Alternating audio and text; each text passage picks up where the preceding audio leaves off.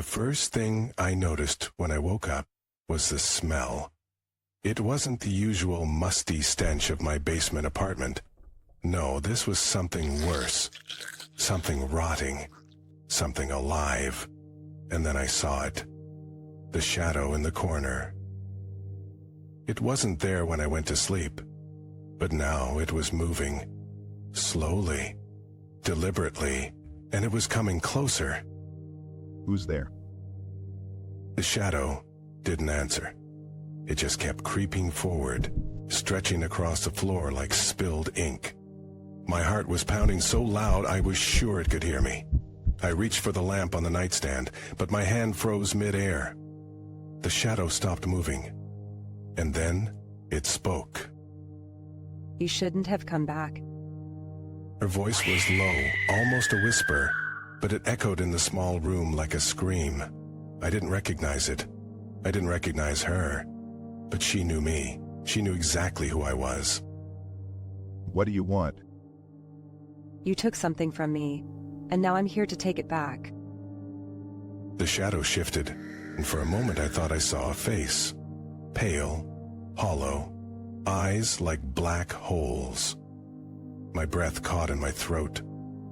I didn't know what she was talking about. I didn't remember taking anything, but the way she said it, like it was the most obvious thing in the world, made me doubt myself. I don't know what you're talking about. I don't even know you. You will. The shadow lunged. I scrambled back, but it was too fast. Cold fingers wrapped around my ankle, pulling me toward the darkness. I kicked and thrashed, but the grip only tightened. The room spun as I was dragged across the floor.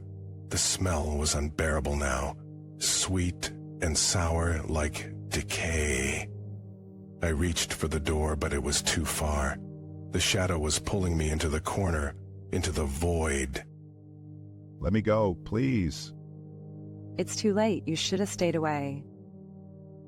My fingers clawed at the floor, but there was nothing to hold on to.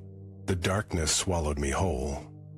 And then, just like that, it was over. I was back in my bed. The room was silent. The shadow was gone. But the smell lingered.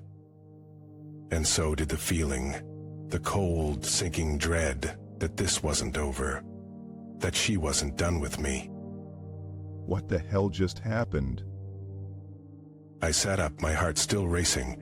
The lamp was on now, casting a dim glow across the room. Everything looked normal. Too normal. But I couldn't shake the feeling that something was wrong. Something was very, very wrong. It was just a dream, just a stupid dream.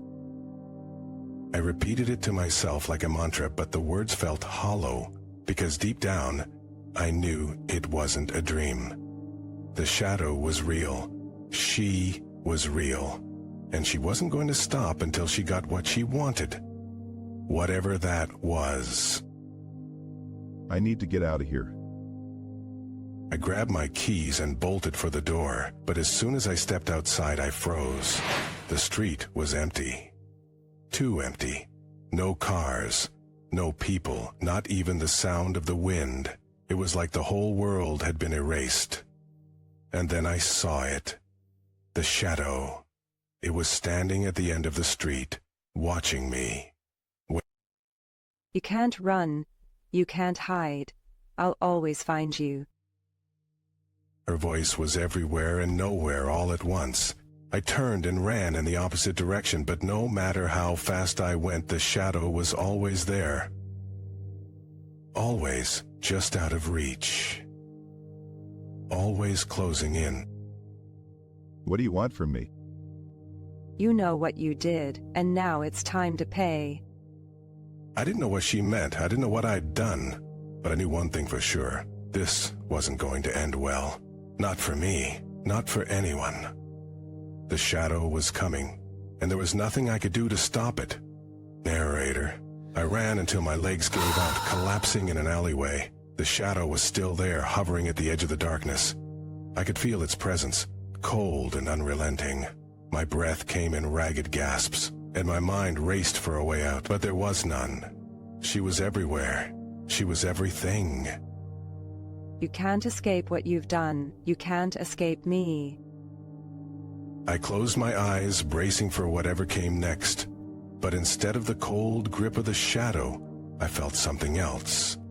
A faint warmth.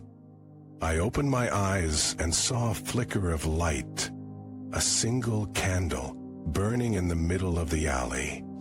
The shadow recoiled, hissing like a wounded animal. What is this? You don't deserve it. You don't deserve forgiveness.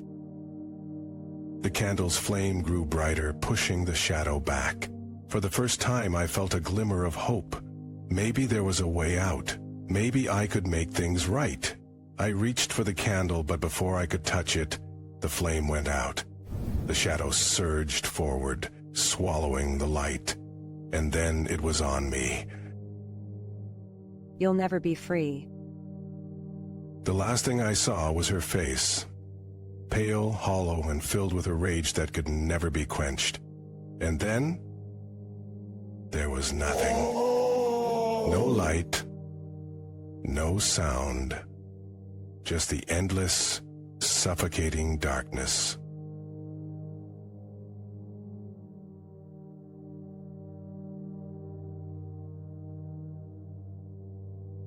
Endless, echoing in the void. Forever.